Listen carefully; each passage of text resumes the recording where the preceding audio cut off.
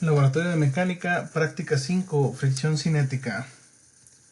Introducción. Bueno, como ya habíamos platicado, la fricción cinética aparece cuando se vence la fuerza de fricción estática.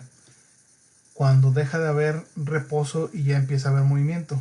Después de aplicar una fuerza, nosotros aquí, este bloque ya se empieza a mover en dirección a esta fuerza, pero no con la aceleración que sería esta fuerza sobre la masa de este sistema, sino que ahora tenemos que restar esta fuerza de fricción cinética que está aquí, que si se fijan, esta depende del valor de la normal que esté acá. Entonces con una fuerza aplicada aquí, que puede ser el peso o cualquier otra cosa, la normal se hace más grande. Entonces entre más peso le pongan aquí, hay más fricción y entonces la resultante es menor.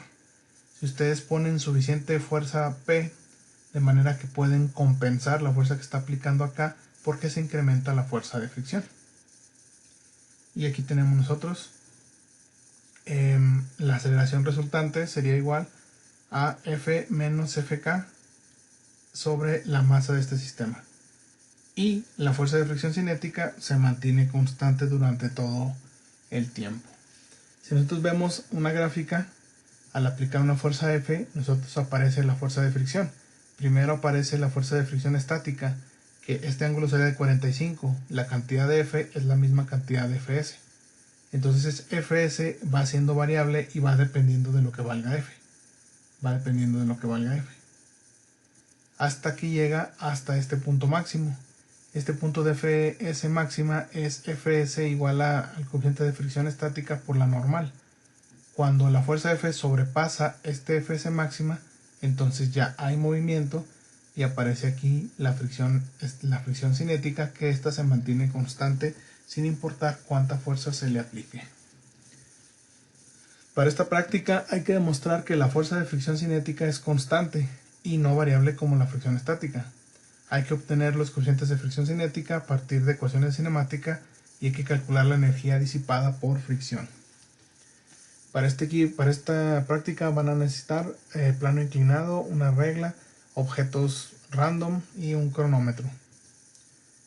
Hay que armar un sistema como el de la figura. Nosotros hay que disponer un plano inclinado. Vamos a medir lo largo del plano y pueden medir uno de los catetos. Ya con eso ustedes pueden obtener sin problemas el ángulo. Lo que yo les recomiendo es medir la altura. Es más fácil porque ustedes ponen, por ejemplo, una reglita aquí pegada al plano, miden rápido cuánto es la altura y pueden medir rápido la hipotenusa. A partir de estos dos valores ustedes calculan sin problemas el ángulo de inclinación de este plano. Ahora hay que procurar que el ángulo de inclinación sea lo suficientemente grande para que un objeto pueda deslizarse sin problema. Por ejemplo, aquí de los objetos pueden poner una tapa de garrafón de agua. Nada más la raspan un poquito para que no quede tan liso y se deslice con mucha facilidad. Y pueden llenarlo por ejemplo, de piedras para que tenga diferentes masas. Entonces ustedes ya tienen ese objeto y ya se puede deslizar por el plano. Usando cinemática, ya con un ángulo definido y aquí ya fijo para que no se les vaya a mover el ángulo, ustedes van a medir cuánto tarda en llegar de aquí hasta acá, en recorrer esta distancia. Ahora, si se fijan, no es del largo del plano, porque pues esta tapa tiene también dimensiones. Entonces pueden medir desde aquí hasta aquí, que es el recorrido que hace la parte posterior de la tapadera, o bien de la parte de enfrente, desde aquí hasta acá. Una vez que hayan medido ese recorrido L, medido el tiempo que toma en llegar de aquí hasta acá, pueden calcular la aceleración, y esa aceleración sería igual a 2 veces esta longitud que recorrió entre el tiempo al cuadrado que se tardó en recorrer. Una vez con eso, ya pueden calcular el coeficiente de fricción cinética utilizando esta expresión, que sería la aceleración menos g por el seno del ángulo dividido entre menos g por coseno del ángulo, donde g, donde g es la aceleración de la gravedad. Y nosotros podemos suponer que es 9.8 metros sobre segundo, o bien buscar en la literatura o recalcularla para la altura de la ciudad donde estén.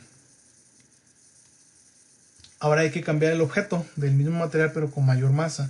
Aquí, como les comento, pueden ustedes poner una tapadera de garrafón y llenarla de cosas, o alguna tapadera X, y ustedes pueden llenarla de piedritas para que tenga más masa, por lo tanto tenga más peso. Y hay que repetir el experimento. hay que volver a calcular la aceleración y hay que volver a calcular el coeficiente de fricción. Ahora, como es el mismo material, es este mismo material y este mismo material, el coeficiente de fricción no debería de cambiar. Es el mismo ángulo, entonces si no debería de cambiar, esta aceleración debe de ser la misma a pesar de que ustedes le pongan más peso. Entonces, al poner más peso, incrementa la fuerza de fricción, pero esa diferencia se mantiene consistente y entonces nos debe dar la misma aceleración. Entonces aquí tenemos que comprobar esa parte, que la aceleración, a pesar de cambiar el peso, se debe de mantener igual. Último experimento.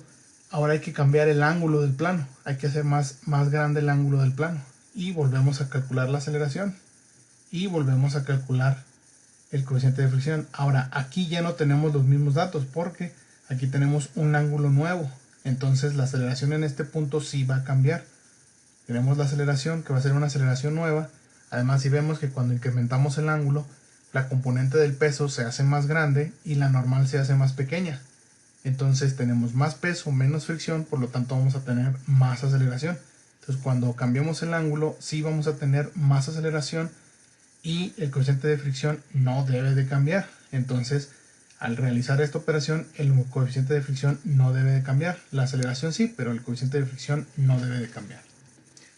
Entonces hay que comparar los coeficientes de fricción. Bueno, aquí le ponemos los dos, en realidad debería ser de los 3 experimentos.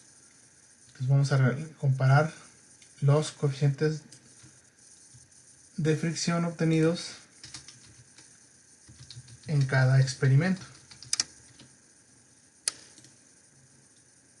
Los comparamos entre sí nada más para ver si son o no consistentes. En teoría deberían ser iguales, pero bueno, vamos a ver qué les resulta. Y luego ya ponen sus conclusiones. Una forma en la que ustedes pueden ver que la fricción cinética es constante es haciendo un análisis de proporcionalidad, es decir, calcular el cociente entre la aceleración 1 y la aceleración 2 o la aceleración 2 y la aceleración 3 de las 3 aceleraciones que ustedes calcularon.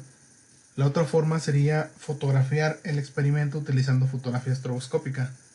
Entonces esas serían las formas en las que ustedes pueden ver que tenemos aceleración constante para todos los fenómenos, y eso demuestra que la fuerza de fricción es constante. Y bueno, eso sería todo por esta práctica.